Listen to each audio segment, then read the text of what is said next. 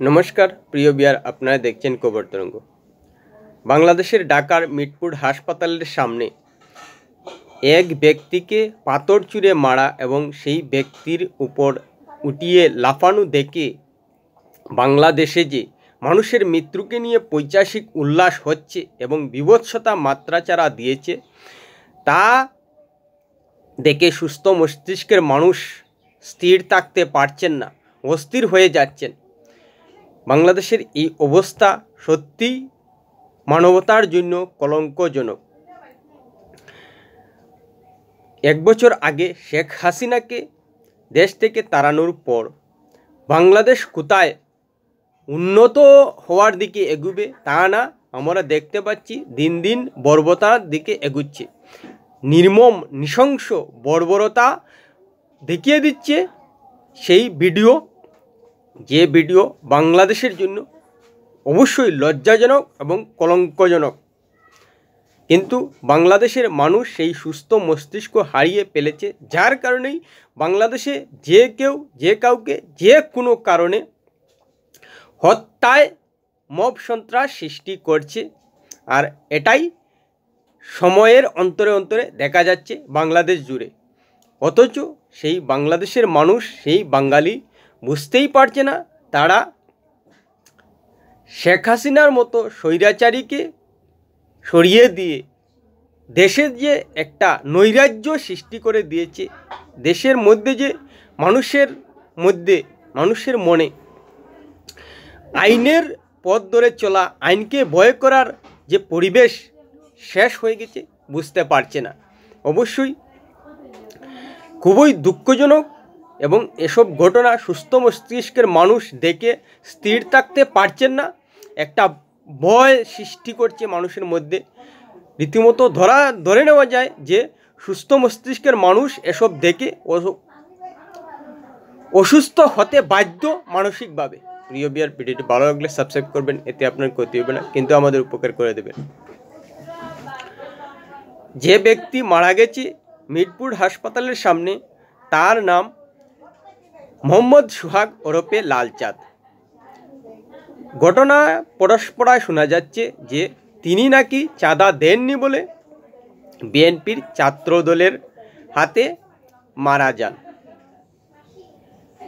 ধর্ম বর্ণ কিছুই দেখা হচ্ছে না বাংলাদেশে।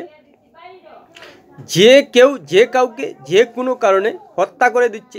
এর আগে আমরা দেখেছি ঢাকা বিশ্ববিদ্যালয়ে তোফাজ্জল হোসেনকে কি সুস্থ মস্তিষ্কে পরিকল্পনা করে জামাই আদরে খাইয়ে দাইয়ে শুধু চোর সন্দেহে বিশ্ববিদ্যালয়ের উচ্চশিক্ষিত ছাত্ররা পিটিয়ে হত্যা করে দিয়েছে। তারা আইন যে নিজের হাতে নিতে নেই, উচ্চশিক্ষিত হয়ে সেই নীতি জ্ঞান ভুলে গিয়েছিল। এবার দেখা যাচ্ছে যে মিটপুর হাসপাতালের সামনে ঘটনা, মোহাম্মদ সোহাগকে শুধু চাঁদা না দেওয়ার জন্য হত্যা করে দিয়েছে। কোথায় পৌঁছচ্ছে বাংলাদেশ? বাংলাদেশের মানুষ সত্যি কি নিজেদের বাঙালি ভাবেন? বাংলা ভাষায় যেহেতু নিউজ করছি, খবর পরিবেশন করছি, বলতে বাধ্য হচ্ছি যে বাঙালি একসময় অখণ্ড ভারতে বলতো গর্ব করে যে বাঙালি আজ যা ভাবে সারা ভারতবর্ষ কাল ভাববে। অথচ বাংলাদেশের বর্তমান অবস্থা দেখে মনে হচ্ছে যে বাঙালি 1400 বছর আগের ভাবনা নিয়ে চলছে। হ্যাঁ, সেটাই শুনছেন, 1400 বছর আগের ভাবনা নিয়ে মানুষকে পাথর ছুঁড়ে মারার মানসিকতায়, বর্বরতায়, নির্মমতায়, নৃশংসতায় একেবারে চূড়ান্ত পর্যায়ে পৌঁছে গেছে। মানুষের মধ্যে আইনের ভয় না থাকলে, মানুষের মধ্যে প্রশাসনের ভয় না থাকলে যে বর্বরতা চূড়ান্ত পর্যায়ে মানুষের মধ্যে জেগে উঠে, বর্তমান বাংলাদেশ যেন সেটা আঙ্গুল দিয়ে চোখে দেখিয়ে দিচ্ছে। এবং সভ্য দেশের মানুষ যদি এসব ভিডিও দেখেন তাহলে নিশ্চিতভাবে সুস্থ মস্তিষ্কের মানুষ অসুস্থ হয়ে যাবেন।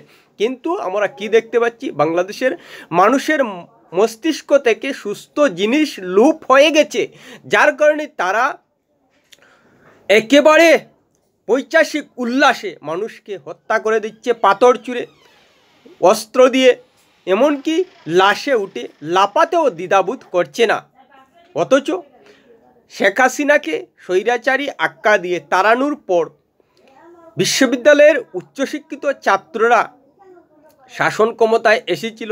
স্বাভাবিকভাবেই বাংলাদেশের সাধারণ মানুষ এবং বিশ্বের মানুষ এবং প্রতিবেশী হিসাবে ভারতের মতো মানুষ, ভারতের বাঙালিরা ভাবছিলেন যে এবার শিক্ষিত যুবকরা যেহেতু বাংলাদেশের শাসন ক্ষমতায় এসেছে, তাহলে নিশ্চিতভাবেই বাংলাদেশ শেখ হাসিনার থেকে আরও উন্নতর দিকে এগিয়ে নিয়ে যাবে তারা, এবং বাংলাদেশে অবশ্যই গণতন্ত্র সৃষ্টি করবে, যেহেতু তারা উচ্চশিক্ষিত এবং বিশ্ববিদ্যালয়ে পড়া আধুনিক শিক্ষিত যুবক ক্ষমতায় এসেছেন, এবং বাংলাদেশে ভারত থেকেও আরও সুস্থ গণতন্ত্র এবং সুষ্ঠু গণতন্ত্র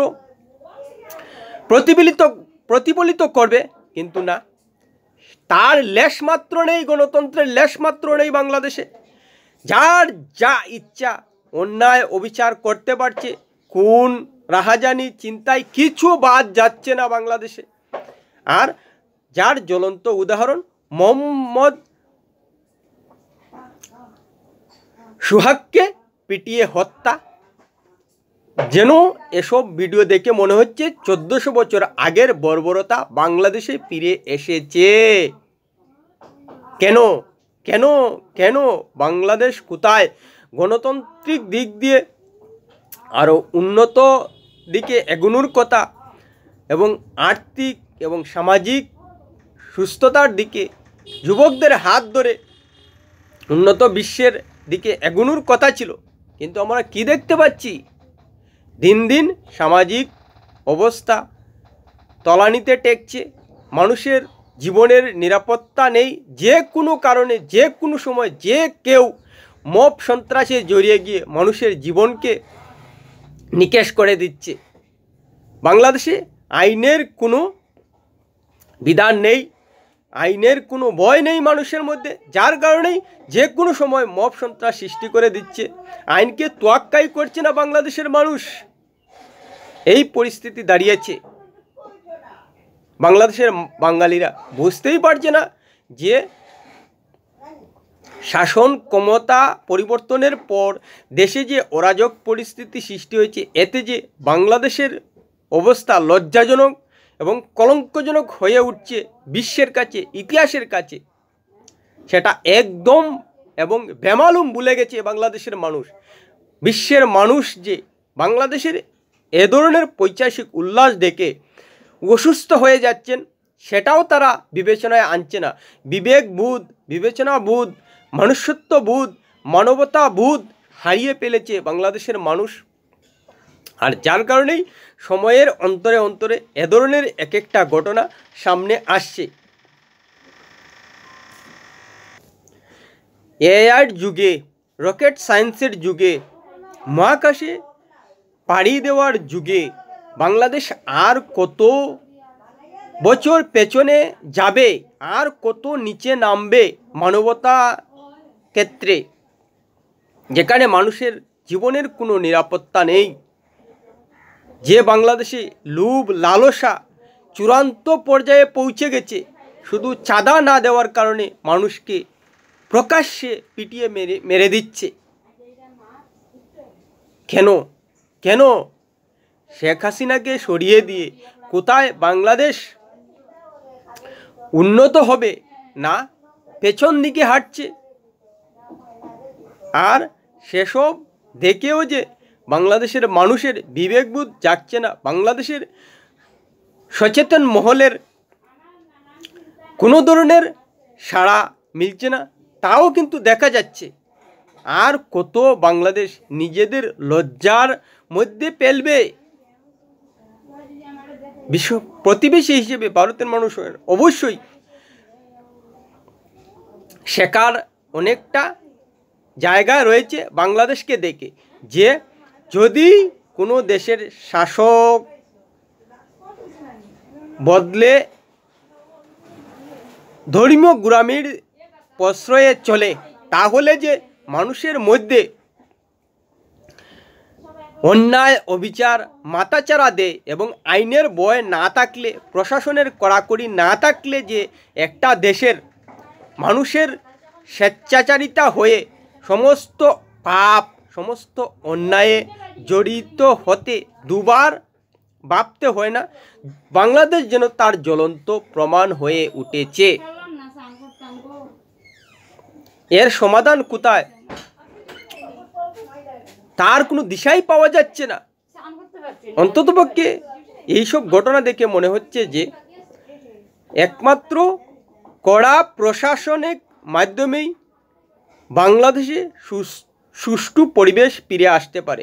আর এভাবে চললে এবং মানুষের হাতে যদি বাংলাদেশের রায় দেওয়ার ক্ষমতা যায়, তাহলে বর্তমান পরিস্থিতি বদলাবার নয়, এটা নিশ্চিতভাবে বলে দেওয়া যায় যে বাংলাদেশ একমাত্র সেনার কড়া শাসনের মাধ্যমেই পুনরায় আগের অবস্থায় ফিরতে পারে, না হলে আর কোনো অবস্থায় ফিরবে না। আর এভাবেই একের পর এক ভয়াবহ এবং সুস্থ মানুষকে অসুস্থ করার ভিডিও আসতে থাকবে বাংলাদেশ থেকে, যা মানব সভ্যতার জন্য কলঙ্কজনক এবং লজ্জাজনক। প্রিয় ভিউয়ার, ভিডিওটি ভালো লাগলে লাইক, শেয়ার, কমেন্ট করবেন।